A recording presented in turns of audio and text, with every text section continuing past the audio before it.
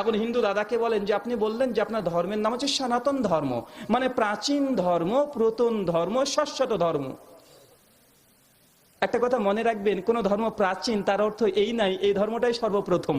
প্রাচীন আর সর্বপ্রথমের মধ্যে পার্থক্য আছে না নেই?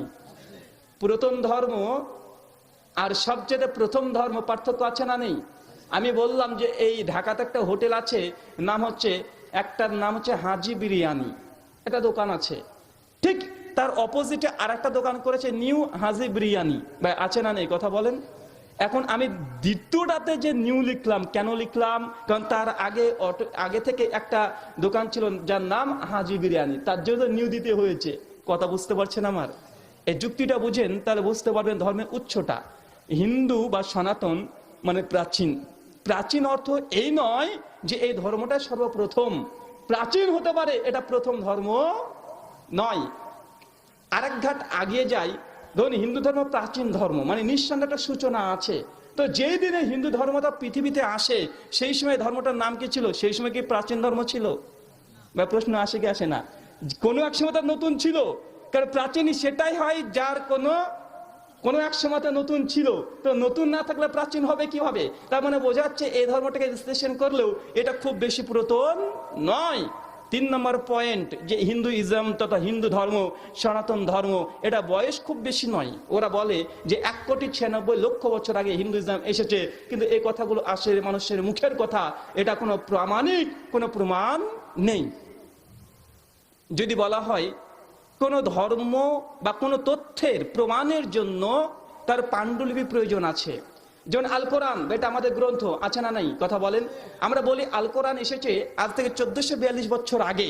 আমরা দিনক্ষণ তারিখ বলে দিতে পারবো কি পারবো না? বলে দিতে পারবো। কেন? এগুলোর সোর্স আছে, এগুলোর আমরা আপনাকে অথেন্টিক ডাটা দিতে পারবো, রেফারেন্স দিতে পারবো, ঐতিহাসিক প্রমাণ দিতে পারবো যে মুহাম্মদ সাল্লাল্লাহু আলাইহি ওয়াসাল্লাম নামে একজন ব্যক্তি পৃথিবীতে এসেছিল। শুধু মুসলিম সোর্স না, নন মুসলিম সোর্স দিতে পারবো কি পারবো না? আমরা অমুসলিম সোর্স দিয়ে প্রমাণ দিতে পারবো যে মুহাম্মদ সাল্লাল্লাহু আলাইহি ওয়াসাল্লাম তিনি এসেছিলেন, তিনি এই কোরআনটা তিনি দিয়ে গেছেন, এবং এই কোরআনের পাণ্ডুলিপি আছে না নেই? কোডেক্স ম্যানুস্ক্রিপ্ট আছে, এখনো বিভিন্ন লাইব্রেরিতে, বার্মিংহাম বারে আছে, সৌদি আরবে আছে, ইরাকে আছে, ইরান আছে, বিভিন্ন দেশে পবিত্র কোরআনের পাণ্ডুলিপি এখনো মজুদ আছে। তার মানে এই কোরআনটা ওই কোরআন পাণ্ডুলিপি যেটা ওসমান বিন আফফান রাদিয়াল্লাহু তাআলা আনহু স্বহস্তে রচনা করেছিলেন, সেই পাণ্ডুলিপির সঙ্গে মিলে রাখেন, একটা আকারের পরিবর্তন নেই। তার মানে আমরা এর প্রামাণিকতাটা প্রমাণ পেয়ে যাই। হিন্দু দাদাকে প্রশ্ন করেন যে আপনাদের গীতাটা কত বছর আগে এসেছে? ওটা বলবে 5200 বছর আগে। কত বছর আগে?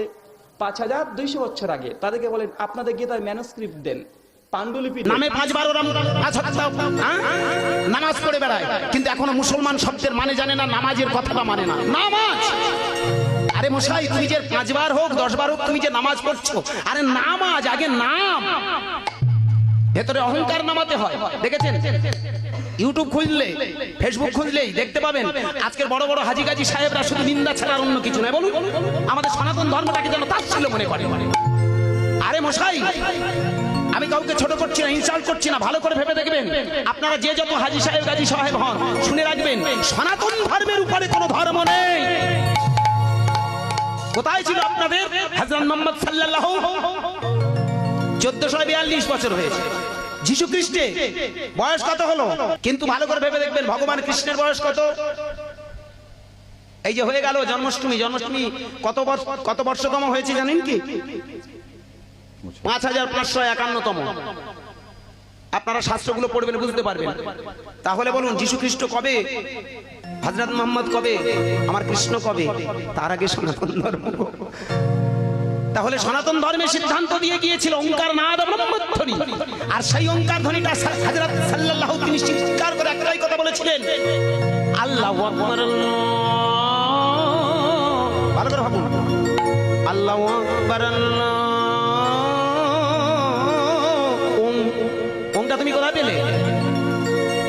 আজ থেকে কোটি কোটি বছর, আসতে হাজার হাজার লাখ লাখ বছর আগে আমাদের সনাতন ধর্মে সৃষ্টি করে গেছে সাউন্ড এনার্জি, শব্দ ব্রহ্ম, ওম ধ্বনি।